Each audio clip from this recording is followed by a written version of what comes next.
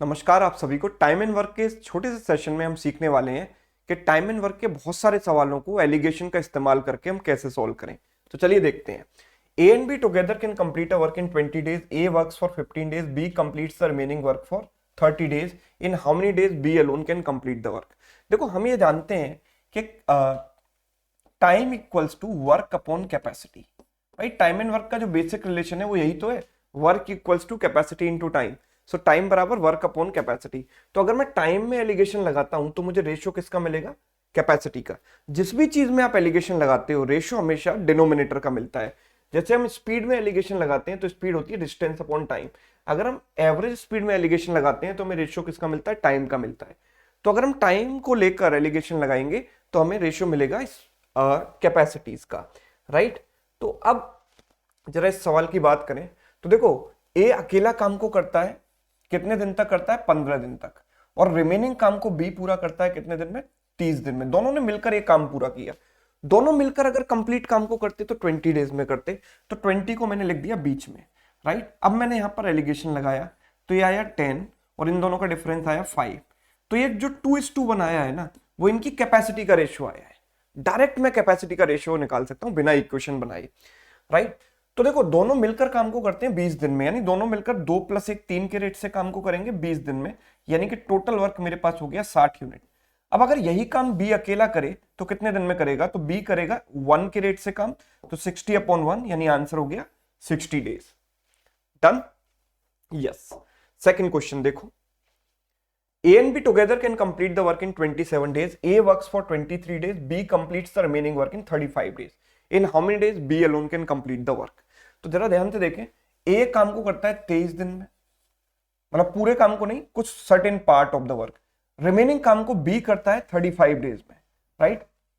और A और B मिलकर अगर पूरा काम करें तो 27 डेज में करते हैं। 27 मैंने बीच में लिखा।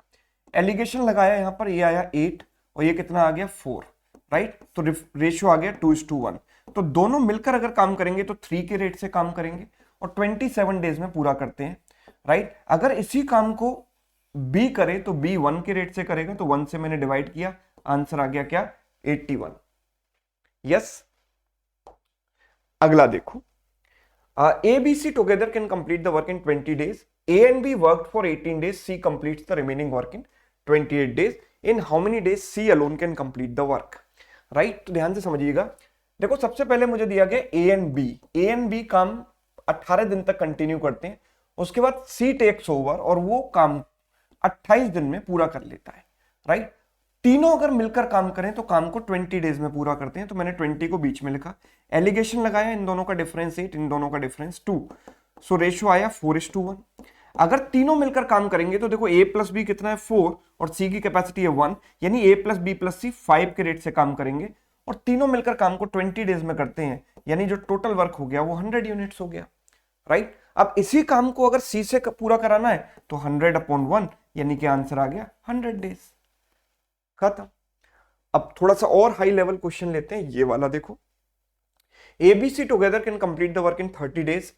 If A works for 25 days, ठीक है, A works for 25 days, B and C completes the remaining work in 35 days, right? और A, B, C मिलकर काम को करते हैं 30 डेज में, तो मैंने 30 बीच में लिखा। मैंने यहाँ एलिगेशन लगाया तो इन दोनों का डिफरेंस 5, इन दोनों का डिफरेंस भी 5, ये भी 5, ये भी 5, मतलब 1:1 का रेशियो आ गया। यस। देखो ए बी सी मिलकर 30 डेज में करते हैं, इसको बीच में लिखा। ए 25 डेज काम करता है और बी एंड सी मिलकर रिमेनिंग काम को 35 डेज में पूरा करते हैं, राइट। तो इन दोनों का डिफरेंस भी 5 है, उन दोनों का डिफरेंस भी 5 है, यानी A/B + C इनकी कैपेसिटी का रेशियो आ गया 1/1। ठीक है। दूसरी कंडीशन है B works for 24 days, B works for 24 days, remaining work is completed by A and C together in 33 days. अच्छा, और तीनों मिलकर काम को कितने टाइम में पूरा करते हैं? वो तो 30 है, राइट। तो यहां अगर एलिगेशन लगाएंगे तो 3 6 यानी रेशियो आ गया 1/2। तो B/A + C मेरे पास कितना आ जाता है? 1/2। अब मैं यहां से इन दोनों रेशियो से A B C की कैपेसिटी का रेशियो कैसे निकालूं? A:B:C। तो जरा ध्यान से देखें, दोनों रेशियो में लेफ्ट हैंड साइड का जो सम है, न्यूमरेटर एंड डिनोमिनेटर का सम है, वो है टोटल के बराबर, यानी a plus B plus C के बराबर। This is a plus B plus C, this is b plus a plus C, both are same. तो राइट हैंड साइड में भी न्यूमरेटर डिनोमिनेटर का सम मुझे सेम बनाना पड़ेगा। तो this is 2, this is total 3। तो 3 का मल्टीप्लाई ऊपर कर दिया है ना, ऊपर 3 का मल्टीप्लाई कर दिया, 3/3 लिख दिया, और नीचे 2 का मल्टीप्लाई कर दिया, 2/4 लिख दिया। तो ये भी 6 हो गया, ये भी 6 हो गया। अब मैं डायरेक्ट लिख सकता हूं a के सामने 3, b के सामने 2, and I know b plus C is 3, so 2 + 1 is 3। यहां से आप वेरीफाई कर सकते हो a प्लस सी 4 आना चाहिए। Yes, a plus C is 3 + 1 4, right. तो ये एबीसी की इंडिविजुअल कैपेसिटी निकल के मेरे सामने आ गई। और अगर तीनों मिलकर काम करेंगे तो तीनों मिलकर 6 के रेट से काम करेंगे, 3 + 2 + 1 6 के रेट से 30 डेज में काम को पूरा करते हैं। तो दिस इज टोटल वर्क।